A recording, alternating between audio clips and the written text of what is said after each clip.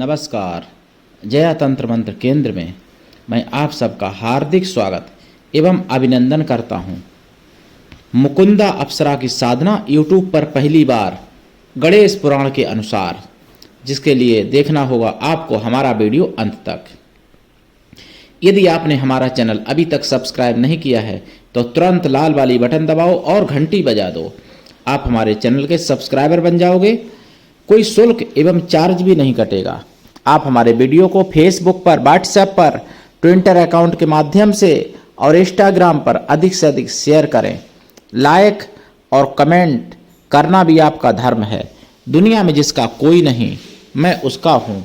अगर आपको अपनों ने धोखा दिया है, यदि आपको परायों ने धोखा दिया है, तो आप एक बार मुझे अवश्य आजमाएं। हमारा मोबाइल नंबर है 9305 63 71 73। इसी नंबर पर संपर्क करें। मैंने कोई दूसरा नंबर नहीं दिया है। बात करने का टाइम भारतीय टाइम के अनुसार दिन में दोपहर 12 बजे से 2 बजे के बीच का है। अगर आप सच्चा पवित्र निस्वार्थ दिव्य प्रेम देना चाहते हैं, सच्चा पवित्र निस्वार्थ दिव्य प्रेम पाना चाहते हैं, तो आपका स्थान मेरे लिए मेरे प्राणों से भी करोड़ों गुना ऊपर है। मैं राष्ट्रीय अध्यक्ष कृष्णा दल आप सबसे निवेदन करता हूं, यदि आप मानवतावादी हैं अथवा आप सनातनी हैं तो मुझसे जरूर जुड़ें। अगर आप में योग्यता हुई तो मैं पदाधिकारी भी बनाऊंगा आपको अपने कृष्णा दल संगठन में, अपने कृष्णा दल परिवार में। ये कृष्णा दल हमारा सबका परिवार है, संगठन है। आप यानी किसी भी जाति धर्म में हैं आप, और देश विदेश में, विश्व के किसी भी कोने में रहते हैं, कोई दिक्कत नहीं। आप हमारे दिए हुए ज्ञान से भरपूर लाभ उठा सकते हैं। देखिए प्रिय भाई बहनों, जो मुकुंदा अप्सरा की साधना मैं लाया हूं आपको बताने के लिए, ये मुकुंदा अप्सरा कौन है? गणेश पुराण के अनुसार, अगर आप गणेश पुराण में यानी पढ़ना चाहो तो प्रथम खंड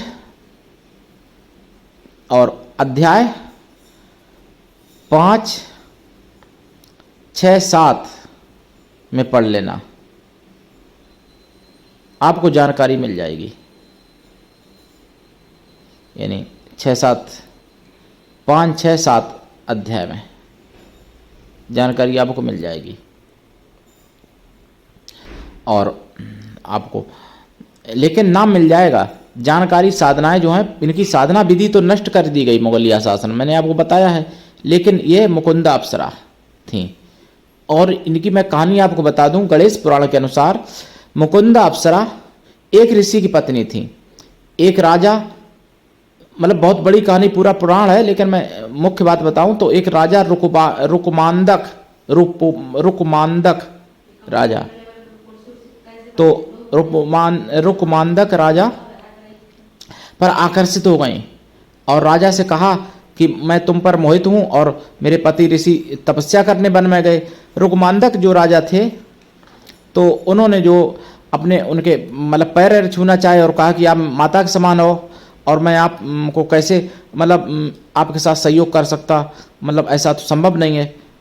तो राजा रुकमांदक चले आए, लेकिन इंद्र, ऐसा वर्णन है पुराणों में, गणेश पुराण में, तो इंद्र जो है रुकमांदक राजा का मतलब रूप बना के और वहां पर पहुंचे ब्राह्मणी के पास, मुकुंदा के पास। लेकिन मुकुंदा ने इधर राजा को श्राप दे दिया था। वो सब कहानी अलग है, मतलब कि तुम्हारा मतलब तुम कोड़ी हो जाओगे। तो अब कोई बात नहीं भाई, ये तो बहुत खुशी हो गई मुकुंदा, सोची कि राजा आ गया, मतलब हमारे ऊपर प्रभावित होके, जिसको हम चाह रहे थे। लेकिन कोई बात नहीं, इनका पुत्र पैदा हुआ। पुत्र का नाम था घृत समुद्र। घृत समुद्र। तो घृत समुद्र एक बार बैठे हुए थे ऋषियों के साथ में, तो अपनी विद्वता दिखाने के लिए बीच बीच में बोल देते थे, जैसे सभा में बातचीत चल रही थी। तो ऋषियों ने कहा कि तुम तो ऋषि ही नहीं हो, तुम तो क्षत्रिय बालक हो, और तुमको तो यहाँ हम ऋषियों की सभा में बैठने का भी अधिकार नहीं है बराबर पे। तुम हमको अपनी मतलब बात मेरी क्यों काटते हो बीच में? वो उठ के चले आए अपनी माता से, बोले कि माता मैं किसका पुत्र हूँ? तो माता ने कहा कि पुत्र तो अपने पिता का ही होता। नहीं बताया, पहले टाल मटोल की। उन्होंने जब अपना उग्र रूप दिखाया तो कहा कि बेटा तुम राजा रुकुमांदक यानी रुकुमांदक राजा के पुत्र हो। तो फिर भाई वो श्राप दे दिया माता को अपनी। तब माता ने श्राप दिया कि तेरे भी पुत्र अत्याचारी होगा, जिससे तीनों लोग में तबाही यानी त्राह त्राह कर उठेंगे तीनों लोग। तो अब राजा के पुत्र समझ के अपने ये तो चले आए जंगल में आकाशवाणी हुई कि तुम गिरथ समुद्र भी बहुत बड़े ऋषि हो गए थे ना तपस्या करके। तो आकाशवाणी हुई इनके लिए कि आप रुकुमांदक के पुत्र नहीं हो, आप जो है इंद्रदेव के पुत्र हो। लेकिन फिर उन्होंने बहुत तपस्या की और तपस्या कहाँ से की? मुंदगल ऋषि के पास आके, और वहाँ से इन्होंने जो है अपना मतलब विधि विधान लिया और कहा कि हम क्या करें कैसे। तो मतलब शॉर्ट में मैं बता रहा हूँ। तो फिर भैया इन्होंने तपस्या की गणेश जी की। जब तपस्या की तो इनको ऐसे मान लो आप कि पहले तो 1000 साल तक इन्होंने तपस्या वैसी की, पैर का अंगूठा के बल पर खड़े होके, यानी एक पैर के अंगूठे के बल पर खड़े होके 1000 बरस तक तपस्या की। लेकिन उपासना सफल नहीं होते देखे। फिर उन्होंने जो है 15,000 बरस और तपस्या की। एक पुराना पत्ता सूखा हुआ खा के रहते थे। फिर इनकी छींक आई और छींक से इनका जो है पुत्र पैदा हुआ। जैसे एक मैं आपको बता दूं, एक हमारे भारत में एक सूअर के विष्ठा में रहने वाला कीड़ा है। उसने कहा था कि ब्रह्मा के कैसे मुंह से पैदा हो गए, कैसे मतलब भुजाओं से पैदा हो गए। तो ये गणेश पुराण में भी प्रमाण मिलता है। तो उसने हाथ जोड़े और कहा कि पिताजी मैं क्या करूं? और तो वो तो विरक्ति हो चुकी थी उनकी दुनियादारी से, गिरथ समुद्र की। उन्होंने कहा कि मतलब पिताजी जब तक मेरा मतलब आपकी मैं छींक से पैदा हुआ हूँ, मैं आपका पुत्र हूँ, जब तक आप मतलब मैं एक असहाय बालक हूँ, जब तक मैं बड़ा नहीं हो जाता तब तक आपका कर्तव्य बनता है मेरा पालन पोषण करें, और फिर तो मैं तीनों लोगों पे खुद ही विजय प्राप्त कर लूँगा। फिर तो आपकी अमला आपको कष्ट नहीं उठाना पड़ेगा मेरे लिए। भाई ये तो जानते ही थे कि अत्याचारी होगा। फिर इन्होंने जो है पालन पोषण किया, पुत्र बड़ा हुआ। बड़ा होने के बाद तपस्या की गणेश पुराण के अनुसार। तपस्या करके ये यानी सोने चांदी और तांबे का एक एक पुर 3 पुर इनको मिले और ये त्रिपुरासुर यही कहलाया। ये तो एक कहानी है, इन्हीं सत्य कथा है गणेश पुराण की। कलम भेद के अनुसार होती है, किसी कलम में कैसे भी होता है, किसी कलम में कैसे। भ्रमित मत होना कि उस पुराण में ऐसे लिखा है, उसमें भी सही लिखा है। जहां आपने पढ़ा होगा शिव पुराण देवी पुराण में, इसमें भी सही लिखा है। तो वही मुकुंदा जो थी, यानी जिनके जो त्रिपुरासुर के जन्म की कारण बनी, वही मुकुंदा एक अप्सरा थी, लेकिन एक ऋषि पत्नी हुई थी। तो उन्हीं मुकुंदा अप्सरा की साधना YouTube पर मैं डाल रहा हूं। और ये साधना पहली बार दे रहा हूं, पूरे YouTube पर खंगाल लेना, मुकुंदा अप्सरा की साधना कहीं नहीं है। YouTube पर अप्सरा मुकुंदा का आपको नाम भी नहीं मिलेगा, अभी तक नहीं मिला होगा, अब मिल जाएगा। मेरे चैनल पे मैं डाल रहा हूं आज। और मेरी कॉपी कोई भी करे, मैं मना नहीं करता।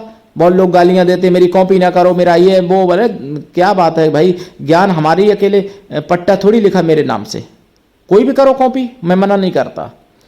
तो मुकुंदा अप्सरा की साधना करें और सनातन धर्म को आगे बढ़ाने की कोशिश करो। मेरी आवाज को जन जन तक पहुंचाने की कोशिश करो। हम अगर मेरी आवाज जन जन तक पहुंच गई इस जीवन में, और जीवन मेरा सुरक्षित बचा रहा, तो एक समय वो आएगा कि मैं पूरे विश्व के लिए, यानी अपने केवल अकेले देश के लिए नहीं या केवल हिंदू धर्म के लिए नहीं, पूरे विश्व के लिए मैं कल्याणकारी मंगलकारी साबित हो जाऊंगा एक दिन। वो समय बताएगा। मैं पूरे विश्व के लिए यानी मंगलकारी, कल्याणकारी, लाभदायक साबित होंगे और पूरा विश्व मुझे अपने लिए मंगलदायक, कल्याणदायक, लाभदायक समझेगा। एक समय ऐसा आएगा। लेकिन अब वो तभी आप मेरी आवाज़ जन जन तक पहुंचाइए और दूसरी बात, मेरा जीवन सुरक्षित रहा तो मैं जरूर ऐसा हो जाएगा। तो मुकुंदा अप्सरा की साधना कैसे करें? इनको देखिए, शुद्धता, पवित्रता पसंद है। शुद्ध शाकाहारी रहें, शाकाहारी रह के ही कर सकते हैं ये साधना, और जीवन में हमेशा शाकाहारी रहना पड़ता है इनकी साधना के बाद।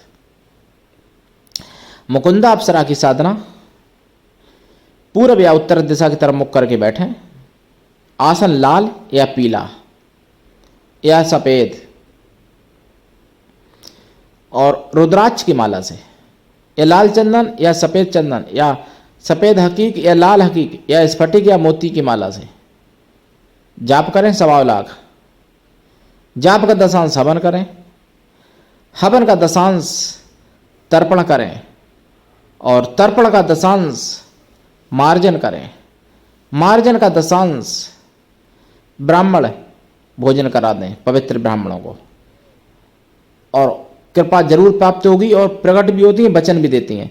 एक बात यहाँ पे और मैं बता दूं, गणेश पुराण में भी अलग अलग तरीके से लिखा पाया जाता है। कहीं जो है घृत समुद्र ने मुदगल ऋषि से मतलब ली है दीक्षा, तो कहीं पे और वर्णन भी मिलते हैं। लेकिन जो भी है अलग अलग कल्प भेद के अनुसार लिखा गया है, तो ये सत्य है। दूसरी बात, हमारे वेदों में, पुराणों में मिलावट की गई, तो जैसे एक दूसरी जगह से पुराण छप रहा है, उसमें दूसरी कहानी, और इस जगह से पुराण छप रहा है, उसमें वही दूसरी कहानी, पुराण नाम एक ही है। जैसे उदाहरण के तौर पर गणेश पुराण, तो वो क्या हुआ है, वो मंगोलिया शासन में ये भ्रांति पैदा करने के लिए सनातन में ऐसा किया गया कि वहां पर लिख दिया कुछ और दूसरे ने कुछ लिख दिया। बिकाऊ पंडित पहले भी हो जाते थे ना कुछ, आज तो बहुत हैं, आज भी तो हैं। जहां श्री रामचरितमानस जलाया गया था, जिस पार्टी में, जिस संगठन में, तो क्या वहां ब्राह्मण नहीं थे? मतलब जन्म से तो लिखते तो ब्राह्मण ही होंगे, उस पार्टी में भी तो ब्राह्मण होंगे, भले उनका डीएनए ईसाई हो, मुस्लिम हो, मैं नहीं जानता, उनकी माँ कैसी हो मैं नहीं जानता। अगर वो सच्चे ब्राह्मण होते तो विरोध नहीं सह सकते थे श्री रामचरितमानस का, तो उन्होंने विरोध श्री रामचरितमानस का चाहा और किया भी, मतलब किया, उनकी पार्टी में नहीं रोका गया, उन्होंने नहीं कोई विरोध किया, उन ब्राह्मणों ने, उन क्षत्रियों ने। तो वो सच्चे ब्राह्मण क्षत्रिय नहीं थे, वो कहीं ना कहीं मतलब डिसबैलेंस उनका हुआ जन्म के समय पर, या तो माता कहीं और या फिर पिता उनका कहीं और। तो और जो सच्चा सनातनी होगा वो अपने प्राण दे के भी सनातन का अपमान नहीं सहेगा। तो मुकुंदा अप्सरा की साधना देखिए, ये साधना बहुत ही दुर्लभ साधना है, और इस साधना से आप सब कुछ प्राप्त कर सकते हो। मनचाहा पुत्र भी प्राप्त कर सकते हो, मनचाहा पुत्री, पत्नी, चिर यौवन और बल, बुद्धि, विवेक, सुंदरता, पुरुषत्व, स्त्री तत्व, सभी कुछ प्राप्त कर सकते हो। सभी जगह पर प्रेम, धन, धान्य, ऐश्वर्य, शक्तियां, सिद्धियां सभी प्राप्त हो सकती हैं। श्राप वरदान देने की क्षमता मुकुंदा अप्सरा की साधना से सब कुछ प्राप्त कर सकते हो। तो ये साधना तो ऐसे करें, मैंने आपको बता दिया। दीक्षा लेके करें, बिना दीक्षा के कभी भी किसी भी प्रकार से सफलता नहीं मिलती है, ये बात ध्यान रखना मेरे प्रिय भाई बहनों। तो देख लीजिए, और आज के लिए इतना ही। धन्यवाद। जय श्री राम।